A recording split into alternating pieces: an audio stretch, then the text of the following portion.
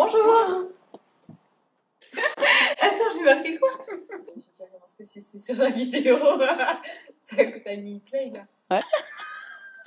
Ça y est, c'est mort.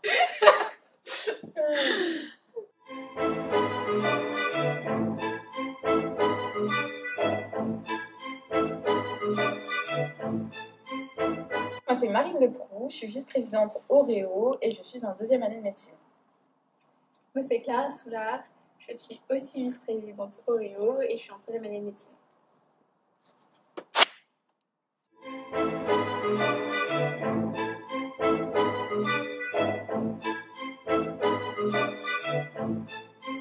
Est-ce que vous pouvez me décrire votre poste en une phrase? On supervise toutes les actions auprès des lycéens, mais aussi toutes les actions de réorientation. Et on dirige aussi l'équipe qui gère toutes ces actions. Est-ce que vous pouvez m'expliquer les différentes missions de votre poste? On avait des missions bien séparées. Moi, je m'occupais, on va dire, plus des relations avec l'extérieur, c'est-à-dire les proviseurs des visites de lycée, les organisateurs de forums. Donc, c'est beaucoup d'échanges par mail et par téléphone aussi quand on n'a pas de réponse. J'étais aussi en charge des cordées de la réussite. C'est un dispositif qui vise à motiver les lycéens qui sont plutôt soit en zone rurale, soit de familles défavorisées, à se lancer dans des longues études, comme les études de santé par exemple. J'étais aussi plus en charge avec l'équipe du Tude 0, le CP et les CM, à l'organisation des 4 sessions qu'il y a au cours de l'année. Moi, je suis plus occupée en interne des équipes, donc de la relation avec tous les bénévoles, de leur transmettre leurs missions et de vérifier le bon fonctionnement des différentes missions. Je suis aussi occupée du Tude 0+, donc c'est moi qui me mettais tous les cours chaque semaine. Je me suis également occupée du tutorat des parents. Donc, préparer le diaporama, contacter les différents intervenants, voir s'ils peuvent venir, contacter aussi les bénévoles pour avoir des retours de toute l'association. Et on a aussi des actions communes, surtout au début de l'année, où on se charge de former ensemble les bénévoles. Donc d'abord les bénévoles de notre team Oreo et après bien sûr tous les bénévoles de l'asso et hors asso qui souhaitent faire des visites de lycée.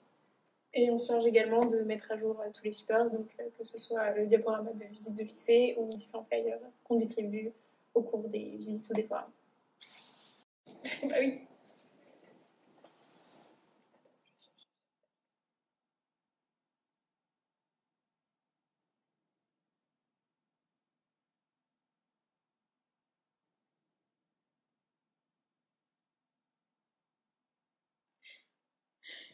Est-ce que vous pourriez me donner les inconvénients de votre poste? Déjà, le fait d'être à la quête de bénévoles pour certaines actions où on a vraiment besoin de beaucoup de bénévoles, ou à des moments où les bénévoles sont pris, on doit vraiment rechercher activement un bénévole du tuto et relancer X fois pour obtenir enfin quelqu'un. Donc ça, c'est assez énervant. Et non, mais on a différents interlocuteurs qui sont parfois un peu difficiles à communiquer avec, ou alors ils répondent pas, donc forcément ça va te perdre du temps. Pour ma part, je dirais que le principal inconvénient, c'est qu'on n'est pas forcément maître de son emploi du temps, surtout en début d'année, parce que c'est pas nous qui décidons quand est-ce qu'on va dans les lycées ou quand est-ce qu'on va en forum. C'est des dates, des heures très précises qui nous sont imposées, et donc du coup, c'est à nous de se dire bon bah tant pis, ce cours-là, je le rattraperai plus tard, etc. Parce que là, il faut que j'aille à la visite de lycée, etc. Aussi, il ne faut surtout rien oublier parce qu'on n'a pas forcément un nombre d'actions très très précises. D'un seul coup, il peut en avoir plein d'un seul coup, et puis après, des périodes un peu plus calmes. Et comme il y a quand même énormément de lycées, faut surtout pas en oublier un. Surtout qu'il y en a après qui changent de date, d'heure, etc. Donc il faut être sûr de bien changer le bon au bon moment. Et enfin, le dernier inconvénient, c'est de maîtriser toutes les réformes. Parce que je pense que, comme vous le savez, il y a eu la réforme du bac, des études de maïeutique, des études de médecine après pour les cycles suivants, etc. Il faut maîtriser les priorisations à la fin de PASS, LAS, etc. Donc voilà, ça fait pas mal de changements en ce moment qu'il y a dans l'enseignement, et du coup, il faut essayer d'être à jour surtout et de bien transmettre toutes les informations aux bénévoles pour pas qu'ils disent de bêtises à leur tour, parce que c'est vrai que c'est pas forcément facile à comprendre de premier abord. À l'opposé, quels sont les avantages de votre poste? Alors, je dirais que c'est un poste qui est super polyvalent, tant au niveau des interlocuteurs qu'au niveau des actions, parce que c'est vrai qu'on est en contact avec des lycéens, des PAS, des LAS, des personnes de la scolarité, des proviseurs, des conseillères, enfin des psychologues de l'orientation, des professeurs aussi. C'est super enrichissant en fait et on crée beaucoup de relations sociales, de liens sociaux, on discute énormément et on apprend des autres en même temps. Moi, je dirais que c'est un poste qui est très gratifiant parce que les lycéens sont très reconnaissants de toutes les actions qu'on fait et ils nous disent, donc ça nous rend hyper content quand on sort d'une action et qu'on vient nous voir et qu'on nous dit que ce qu'on a fait c'était super. Nous aussi, on doit faire de la gestion d'équipe et organiser la team Oreo ou aussi certains bénévoles au sein de l'association. C'est aussi enrichissant de pouvoir transmettre, communiquer sur les différentes filières au sein de l'asso et pouvoir transmettre tout ça. Et on peut même devenir pote avec les bénévoles et aller boire des petits coups après pour fêter les actions. Donc ça, c'est super top. C'est super top. C'est trop bizarre comme mot. Bah en fait, ça fait très genre t'as 40 ans, ça fait super top. Selon vous, quelles sont les qualités nécessaires pour être VP Oreo? Il faut être flexible parce qu'il y a beaucoup de changements qui peuvent venir d'un peu tous les côtés, que ce soit de la scolarité d'un lycée qui décide de changer les dates ou un imprévu qui arrive au cours d'une action et il faut rebondir face à ça. Donc il faut être flexible.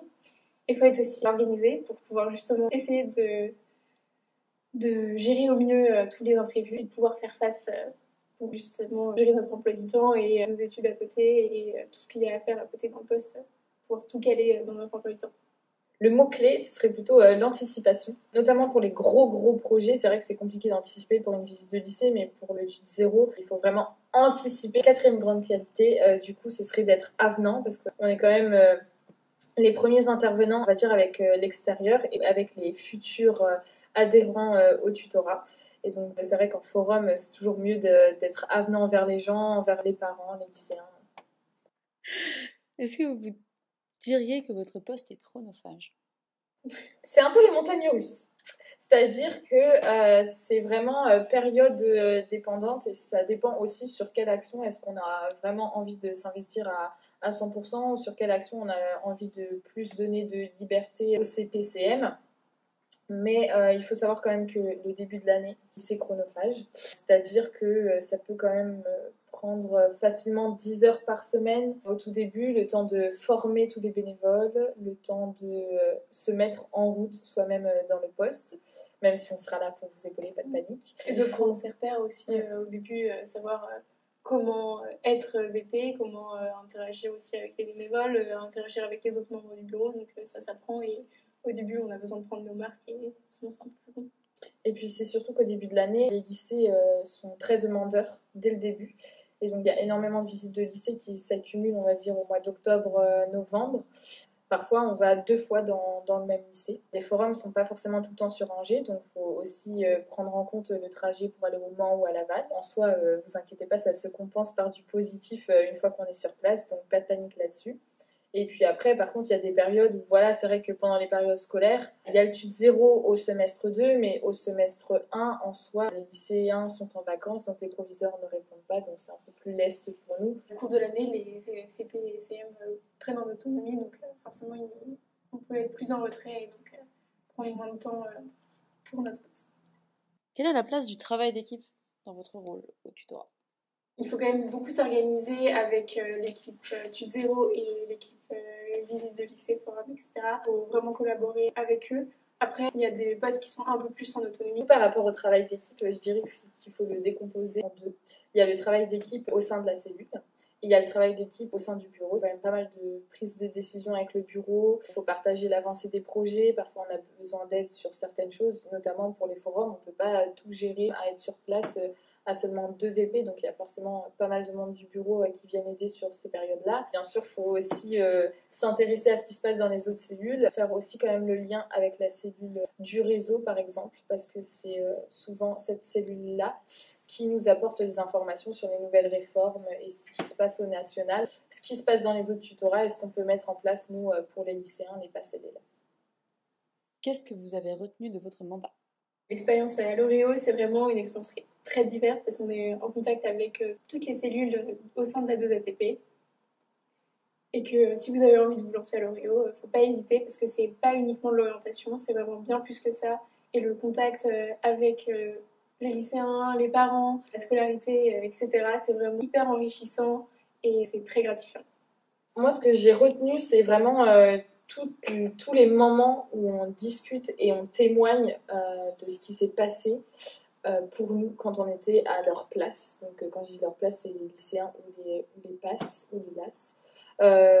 Et aussi tous les moments où on dialogue avec les parents et où, au final, on les initie un petit peu à ce qui va se passer l'année suivante. Et enfin, ouais, c'est le moment où ils repartent avec le sourire et qu'ils se sentent apaisés de savoir que leur enfant ne sera pas tout seul dans cette année de concours et qu'on sera là pour eux. Enfin, voilà. Pour moi, ce que je retiens du mandat, c'est les périodes de témoignage et d'échange. Parce que, au final, c'est les moments vrais de la vie, ces moments-là. Donc, c'est ce que je retiens de moi. Alors, tu t'engages ? Berlin!